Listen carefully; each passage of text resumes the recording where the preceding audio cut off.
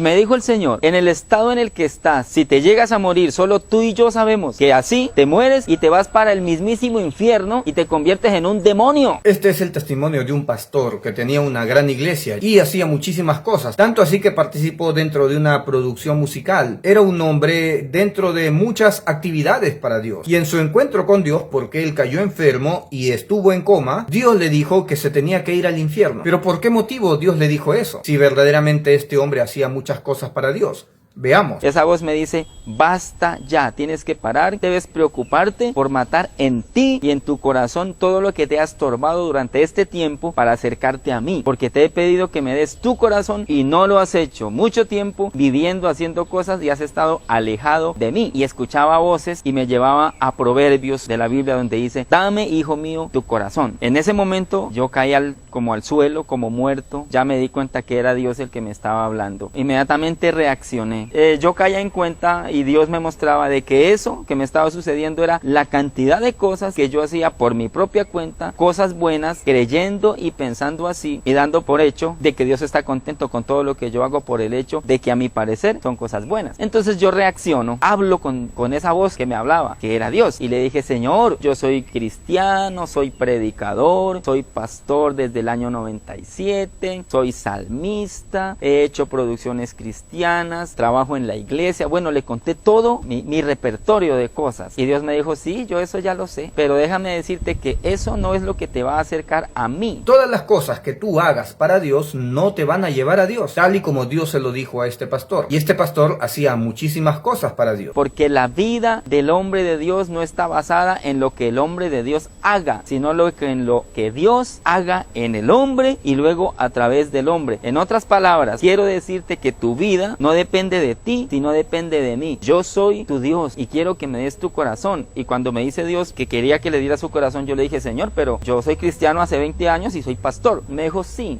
te metiste hace 20 años en el esquema y en el formato de la religión cristiana y has vivido tu propio cristianismo alejado de mí, haciendo tus cosas que te parecen buenas, pero en mi presencia no son más que trapos de inmundicia. El pastor se justificaba delante de Dios, ya que con sus acciones y sus obras y tantas actividades que hizo para Dios, lo justificarían delante de Dios. Pero Dios le dijo que todo lo que él consideraba que eran buenas acciones, para Dios eran trapos de inmundicia. Y me llevó a Isaías, donde dice el versículo, porque vuestras justicias delante de mí son como trapos de inmundicia. Los trapos de inmundicia eran usados en ese tiempo como toallas higiénicas para las mujeres, para el tiempo de la menstruación. Y cuando esos trapos ya eran usados, se les consideraba trapos de inmundicia. Y nuestras buenas acciones y nuestras justicias para llegar a Dios, lo que nosotros consideramos bueno, para Dios son solamente trapos de inmundicia. Pero yo, miren cuán obstinado estaba. Yo seguía diciéndole, Señor, pero yo hago cosas muy buenas, ayudo a mis padres en algunas cosas, sostengo a mi familia, estoy ayudándole a mi hijo, bueno, una cantidad de cosas buenas. Y me dijo Dios, estás mal, estás apartado de mí y estás metido en una religión y estás predicando de un Dios que no conoces. Dices y hablas del amor de Dios, pero no te amas ni siquiera a ti mismo. Puedes predicar de Dios, puedes participar dentro de una religión y puedes equivocarte al pensar de que eso te salva. Ser fiel a un sistema denominacional no te salva. Hacer buenas obras no te salva. ¿Y acaso debemos dejar de hacer buenas obras? No. Tienes que hacer buenas obras, porque esa es la doctrina de Cristo. Ama a tu prójimo como a ti mismo, sabiendo que amar al prójimo no te salva. Ser buena persona no te salva. El mandamiento de amar al prójimo es para los que ya son salvos. No es un mandamiento para salvación. Aquí el pastor nos dice que hacía muchísimas cosas para Dios, pero Dios le dice que se enfrascó dentro de una religión, pues la religión te exige ser fiel a un sistema lleno de actividades. Estás enfermo, si no te has dado cuenta, estás en estado de coma y no te has cuidado, y por no cuidarte estás así como estás. Y yo le decía, Señor, pues en algunas cosas sí tienes la razón, pero en otras como que se te está yendo la mano. Mire cuán obstinado es el ser humano. Yo creo que yo llegué a parecerme a Job en el momento de reclamarle a Dios cosa que no tenemos derecho. Me dice Dios, yo quiero sanarte, yo quiero que definitivamente me conozcas buscas y quiero salvarte y quiero restaurarte, pero no te has dejado porque estás creyendo que estás bien cuando te estoy diciendo que estás mal. Era tanta la obstinación de parte mía haberme enfrentado con Dios, qué falta de respeto con Dios, ¿no?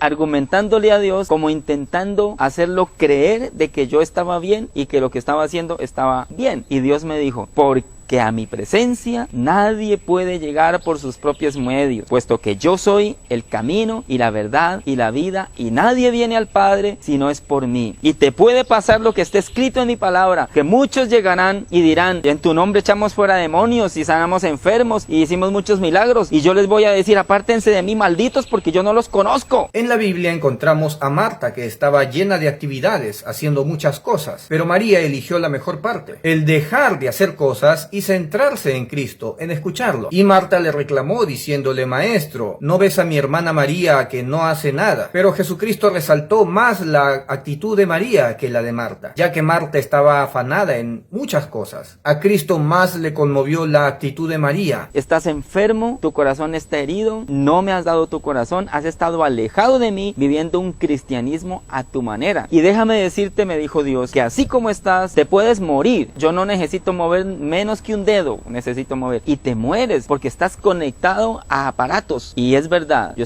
tenía sondas en estado de coma y habían pasado no 2 días ni 3, sino 4 y más días. Y me dijo el Señor, en el estado en el que estás y en la condición en la que estás, si te llegas a morir, solo tú y yo sabemos que aunque tu entierro sea muy bonito, muy despampanante, con canciones y salmos, pero mucha gente sin discernir te van a enterrar como al hombre de Dios, pero tú y yo sabemos que así te mueres y te vas para el mismísimo infierno y te conviertes en un demonio. Apocalipsis 2:2. Yo conozco tus obras y tu arduo trabajo y paciencia. Miren cómo Dios le habla a la iglesia de Éfeso, una iglesia tremenda. Hacía muchísimas cosas para Dios, estaba llena de actividades. Yo conozco tus obras y tu arduo trabajo y paciencia, y que no puedes soportar a los malos. Y has probado a los que se dicen ser apóstoles y no lo son, y los has hallado mentirosos. Y has sufrido, y has tenido paciencia, y has trabajado arduamente por amor de mi nombre, y no has desmayado. Verdaderamente esta iglesia de Éfeso es una iglesia ejemplar. ¿Qué pastor no quisiera tener una iglesia como esta? Una iglesia llena de actividades y de arduo trabajo. Ante los ojos de cualquier persona, esta iglesia es ejemplar. Versículo 4. Pero tengo contra ti que has dejado tu primer amor. Esta iglesia ante los ojos de los hombres era una iglesia ejemplar, una iglesia fiel a las actividades, llena de arduo trabajo. Pero ante los ojos de Dios era una iglesia descalificada, ya que la justicia de Dios no es por causa de las actividades. La justicia de Dios no se revela por cuántas cosas haces para Dios. La justicia de Dios se revela por la fe, en creer que la obra maravillosa de Jesucristo en la cruz te justifica de tus pecados. Dejas de ser condenado al infierno por causa de que Cristo fue condenado. Cristo te reemplazó en la cruz y de esa manera viene tu justicia. Tu justicia no viene por ser fiel a un sistema denominacional, por ser fiel a un arduo trabajo. Tu justicia no viene por tus obras. Eso no quiere decir que no participes en las actividades de tu iglesia. Participa, claro que sí, en las actividades de tu iglesia, pero no creas que participar en la iglesia te salva. Si no, estarías cayendo en el mismo problema que este pastor, pensando que cumplir muchas actividades para Dios